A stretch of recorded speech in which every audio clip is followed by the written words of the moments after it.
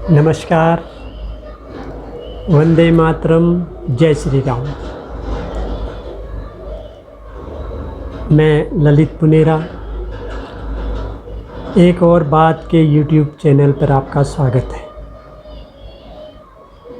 दोस्तों, कैसे हैं आप लोग? अच्छे होंगे, बढ़िया बात है। आज के वीडियो में मैं चर्चा करने जा रहा हूँ जातिवाद के विषैले बाणों से घायल होता हिंदुत्व।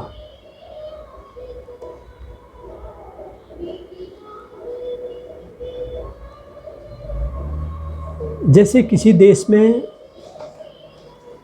कुछ समस्याएं तो आम होती हैं, रोटी कपड़ा मकान, बिजली पानी, सड़कें, अच्छी शिक्षा, अस्पताल और नौकरी के संसाधन, बेरोजगारी या रोजगार, स्वरोजगार, ये समस्याएं तो आम होती हैं, हर देश में होती हैं। लेकिन हमारे देश में ये समस्या तो हैं ही और इनका निस्तारण भी संभव है और हो भी जाएंगे। इन समस्याओं का समाधान हो भी जाएगा। सबसे बड़ी समस्या हमारे देश की ये है जातिवाद। पहले से चली आ रही है समस्या। कई सरकारें आई, पहले राजशाही हुआ करती थी, छोटे बड़े राज्य होते थे, राजा होते थे उनमें और राजा ही राज्य करते थे। उसके बाद भारतवर्ष में बाहरी आक्रमणकारी, बाहरी आक्रांता, मुग़ल, कोई मध्य एशिया से आए, कोई गजनी से आए, कोई ईरान से आए, तो सबने भारतवर्ष में आकर लूटपाट, यहाँ के लोगों की नृशंस हत्या, यहाँ के संस्कृति, धार्मिक स्थानों को नष्ट करना, ध्वस्त करना और हमारी संस्कृति को आघात पहुंचाना, ये उनका मुख्य लक्ष्य था। उसके बाद अंग्रेज़ आए। अंग्रेज़ों ने भी भारतीय संस्कृति को, सनातन धर्म को येन केन प्रकारेण हर तरह से नुकसान पहुंचाने का कार्य किया। लेकिन हमारे सनातन की खूबसूरती है, सुंदरता, ताकत, ये आज भी जीवित है। जीवित ही नहीं, बहुत स्वस्थ है। जितना काम इसे नुकसान पहुंचाने का मुग़ल आक्रांताओं ने और अंग्रेज़ों ने नहीं किया, उससे ज़्यादा काम हमारे देश के सनातन विरोधी, लेफ्ट लिबरल इकोसिस्टम, हिंदुत्व विरोधी गैंग तथा कथित सनातन विरोधी सेक्युलर गैंग, इन्होंने उससे ज़्यादा नुकसान पहुंचाया। हमारी कुछ गलतियां तो थी, कुछ हमारे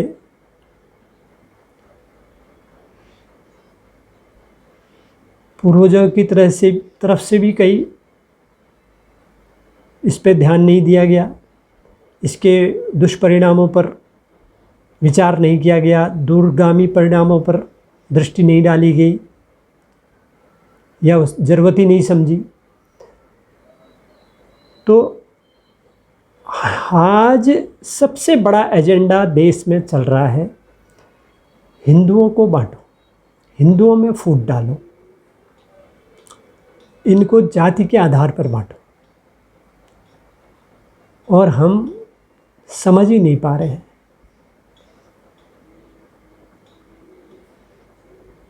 हम अपने निजी स्वार्थों से, निजी हित के लिए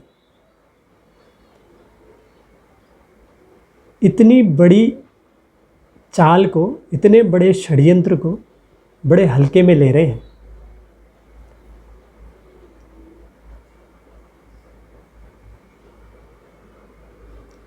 आज हम उस स्थिति में आ गए हैं,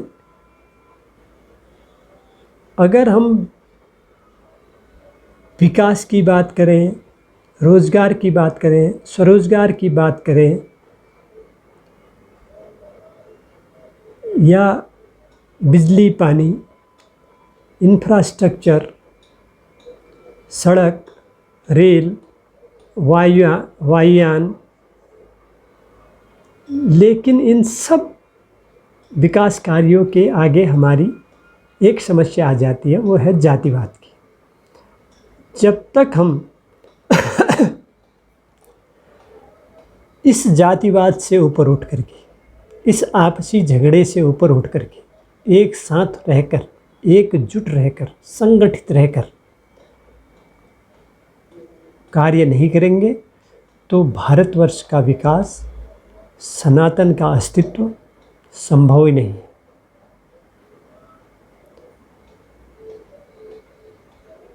आज टीवी चैनलों पर देखिए, अखबारों पर, सोशल मीडिया पर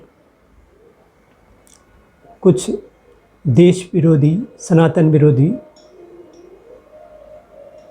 नए प्रचार नहीं कहना चाहिए, उसे दुष्प्रचार का, नए दुष्प्रचारों के वक्तव्य देख रहे हैं। आप लोग भी देख रहे होंगे। मैं चमार हूँ, मैं दलित हूँ, यहाँ ब्राह्मणवाद, वहाँ क्षत्रियवाद।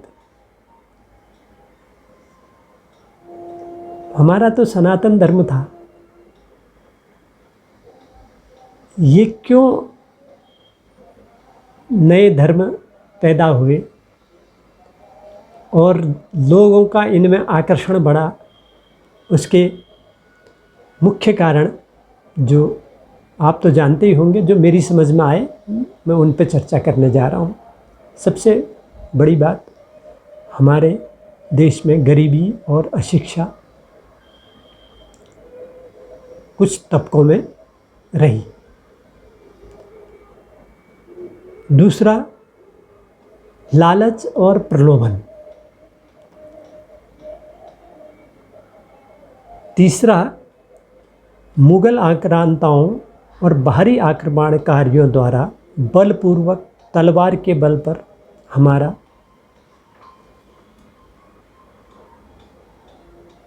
धर्म परिवर्तन कराया गया। और सबसे बड़ा कारण, हमारे पूर्वजों द्वारा कुछ गरीब, अशिक्षित और कमज़ोर तबकों की घोर उपेक्षा करना, जिससे वह खिन्न होकर के स्वेच्छा से दूसरे धर्मों के अनुयायी हो गए। इसे मैं मुख्य कारण मानता हूँ।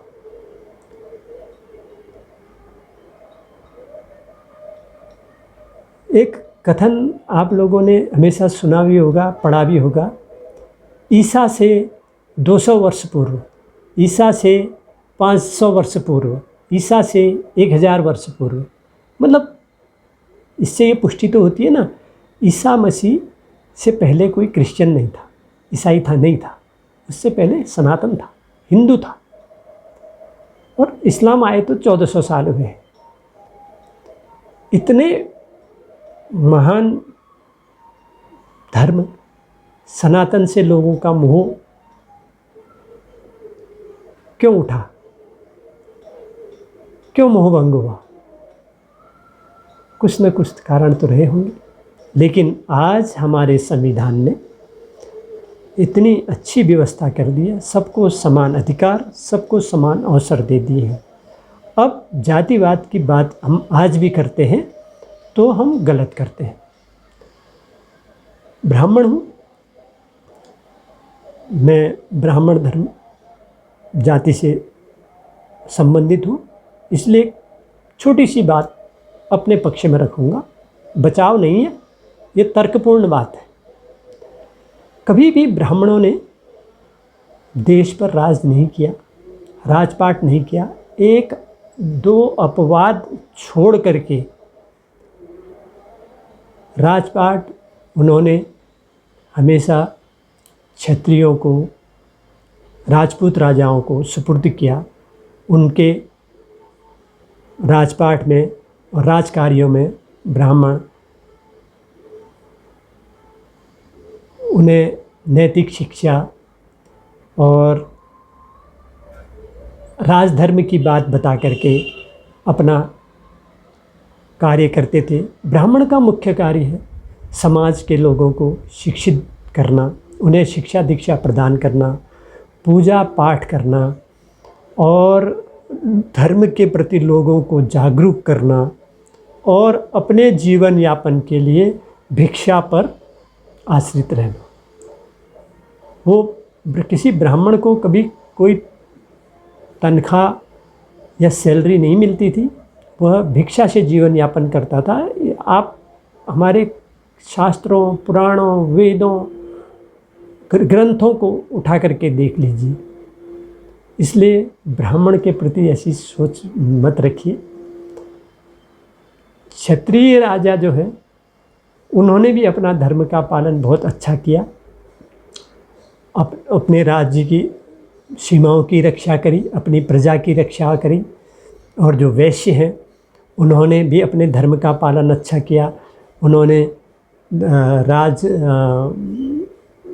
कार्यों के लिए और जो विकास के कार्य होते हैं, जैसे सड़क बनाना और इमारतें बनाना, ये इसके लिए धन की आवश्यकता होती है। उस धन को इन्होंने अपने राजस्व को इन्होंने अपने व्यवसाय के द्वारा जुटाया, जो एक योगदान और अपने कर्तव्य के प्रति इनकी समर्पणता का प्रतीक है। वैसे ही जो शूद्र थे उनके द्वारा राज्य में जितने भी निर्माण कार्य होते हैं, पुल बनाना, सड़कें बनाना, बड़ी बड़ी इमारतें बनाना, मंदिर बनाना और धार्मिक अन्य प्रतिष्ठान बनाना है, और लोगों के रहने के लिए भवन, सेना के लिए रहने को भवन निर्माण, जितने भी निर्माण कंस्ट्रक्शन के कार्य होते हैं, तो इन्होंने भी अपना धर्म पूरी तरह से निभाया। फिर हम में क्यों इतना भेदभाव हुआ? ये इसलिए हुआ, कुछ हमारे देश के भीतर के लोग और कुछ विदेशी ताकतें, ये सब मिल करके ये नहीं चाहते कि सनातनी एकत्रित हो, सनातनी इकट्ठा हो। अगर ये इकट्ठा हो गया तो इनकी नहीं चलेगी। आप कई विद्वानों के लेख पढ़ लीजिए, वो हमारे देश से भी हैं और विदेश से भी हैं। उन्होंने अपने लेखों में लिखा है, अपने कथनों में वक्तव्य किए हैं कि भारतवर्ष में धर्म परिवर्तन कराने में सबसे ज़्यादा रोड़ा बन रहा है ब्राह्मण, क्योंकि ब्राह्मण यहाँ पर शिक्षा दीक्षा का काम करते हैं और ब्राह्मण जो कहते हैं लोग बाग उसका अनुसरण करते हैं और ब्राह्मण के कथन को लोग देव कथन कहते हैं। इसलिए ब्राह्मणों का नाश होगा तो धर्म परिवर्तन कराना हमारे लिए बहुत आसान हो जाएगा। ये कई मुस्लिम और कई ईसाई लेखकों द्वारा, मैं उनको विद्वान तो नहीं कहूँगा, उनके द्वारा अपनी पुस्तकों में, लिखी हुई पुस्तकों में इसका उल्लेख है। तो हमारी जो वर्ण व्यवस्था थी उसके अनुसार जो ब्राह्मण, क्षत्रिय और वैश्य और शूद्र थे, ये चारों ही समाज के अभिन्न अंग हैं। बिना एक दूसरे के सहयोग के कोई भी सफल नहीं हो सकता। ये कथन कटु सत्य है। इसलिए किसी भी जाति की राजनीति करने वाले नेता, जाति की राजनीति करने वाली पार्टी या लेफ्ट लिबरल इकोसिस्टम देश विरोधी तत्वों, देश विरोधी लोगों और सनातन हिंदुत्व विरोधी लोगों के बहकावे में न आए। इससे ऊपर उठ कर के सोचें, अगर हम आज संगठित नहीं रहेंगे तो कल हमारा अस्तित्व खत्म हो जाएगा। इसलिए मैं सभी सनातनी भाइयों से ये विनम्र निवेदन करता हूँ कि संगठित रहिए, एकत्रित रहिए। आज हमें समान अधिकार प्राप्त हैं, समान अवसर प्राप्त हैं, उसका लाभ लीजिए और अपने को किसी से कम नहीं और दूसरे को स्वयं से बड़ा नहीं। हम सब आपस में समान हैं और एक धर्म के, एक पंथ के हैं, तो हम में एकता और एक रूपता होना बहुत ज़रूरी है। इसके लिए आज प्रतिज्ञा लीजिए, हम संगठित रहेंगे और कोई हमें बांट नहीं सकता है। जाति के आधार पर तो बिल्कुल नहीं बांट सकता है। हम संगठित रहेंगे, एकजुट रहेंगे और भारतवर्ष और सनातन को नई ऊंचाइयों तक लेकर जाएंगे। आज के अंक में इतना ही। अगली वीडियो में मिलेंगे एक और बात के साथ। तब तक के लिए नमस्कार, वंदे मातरम, जय श्री राम। दोस्तों, वीडियो को देखिए, लाइक कीजिए, शेयर कीजिए, कमेंट्स कीजिए और सब्सक्राइब ज़रूर कीजिए।